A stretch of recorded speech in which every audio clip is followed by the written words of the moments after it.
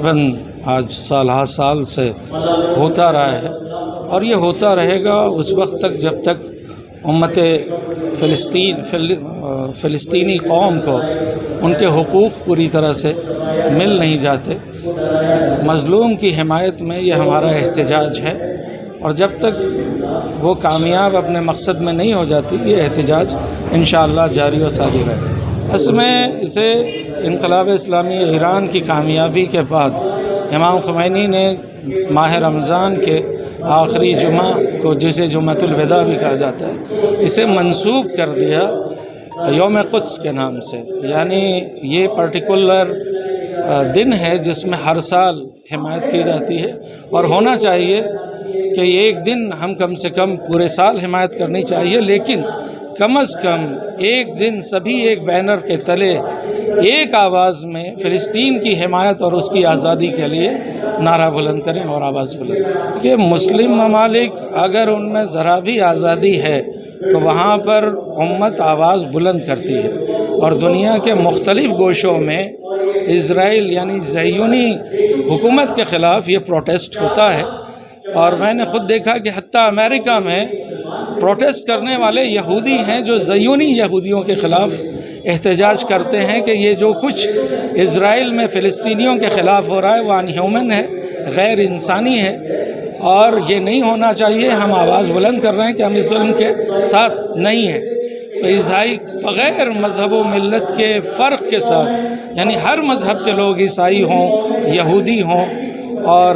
Malaysia, Indonesia, Turkey, Azerbaijan, اسی طرح سے مختلف مسلم ممالک میں بھی یہ احتجاج ہر سال ہوتا ہے۔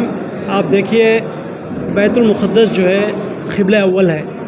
جتنے بھی مسلمان دنیا میں ہیں ان کا قبلہ اول ہے، اس کی حفاظت کرنا ہر مسلمان کے اوپر واجب ہے۔ یہ جو ظلم اسرائیل اور امریکہ والے جو مسلمانوں کے، فلسطین کے مسلمانوں کو کر رہے ہیں، صرف مسلمانوں کو ہی نہیں، ابھی ریسنٹلی 8 دن پہلے آپ نے دیکھے مسجد کے اندر جو نمازی نماز پڑھ رہے تھے ان کے اوپر دھڑا دھڑ فائرنگ کی، مار توڑ کیا، ساری دنیا خاموش ہے، کوئی بڑا کا میڈیا والے اس کو ایکسپریس نہیں کریں، صرف ہم لوگ سوشل میڈیا میں دیکھتے آ رہے ہیں۔ تو مظلوم کی، ان کے حفاظت کے لیے، مظلوموں کے اس میں جو ہے آواز کا اٹھانا ہر آدمی کا انسانیت کا فریضہ ہے۔ مسلمان چھوڑ دیجئے، انسانیت کا فریضہ ہے کہ ظالم کے خلاف آواز اٹھائیں، مظلوم کا سپورٹ کریں۔ یہ جو ہے ہمارا یہ ہے۔ امام خمینی رحمۃ اللہ علیہ انہوں نے جو ہے یہ جمعۃ الوداع کا جو وقت رکھا ہے، سال میں ہر سال جو آخری جمعہ ہوتا ہے اس کو ساری دنیا کے مسلمان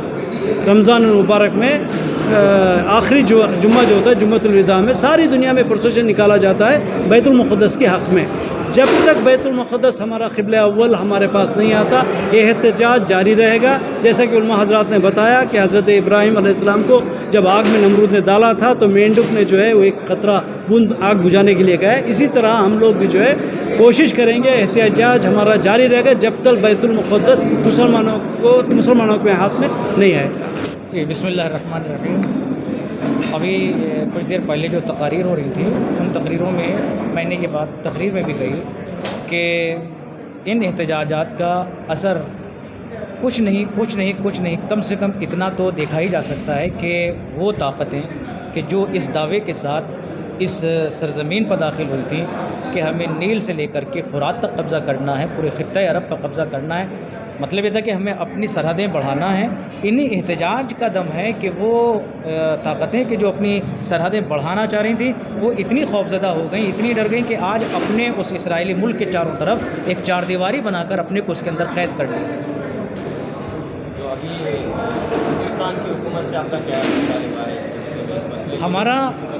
دیکھیے اب یوں حکومت کی اپنی پالیسی عالمی سطح پر کچھ بھی ہو سکتی ہے، ہم اس میں کوئی زبردستی یا کچھ نہیں کر سکتے، لیکن ایک جمہوریت میں رہتے ہوئے جو ہمارا حق ہے اس کو ہم استعمال ضرور کریں گے، اور ہم اپنی حکومت سے مطالبہ کرتے ہیں کہ یہ مظلوموں کے خلاف اٹھائی جانے والی ایک آواز ہے ظالم کے خلاف، اور ہماری حکومت بھی چونکہ انصاف پسند حکومت ہے اور وہ نیائے کے پرتی جو ہے وہ اپنا رویہ اچھا رکھتی ہے، اور انیا کے خلاف اس کے تمام قوانین اور تمام رولنگز کے جو اس کے معاملات ہیں وہ سب دکھتے ہیں ہمیں۔ تو ہمیں اپنی حکومت کا، جیسے ہم اپنے ملک میں دیکھتے ہیں کہ ایک نیائے پھر یہ حکومت ہے، تو اس سے ہمیں بڑی امیدیں ہیں کہ کم سے کم جہاں اور ہمارے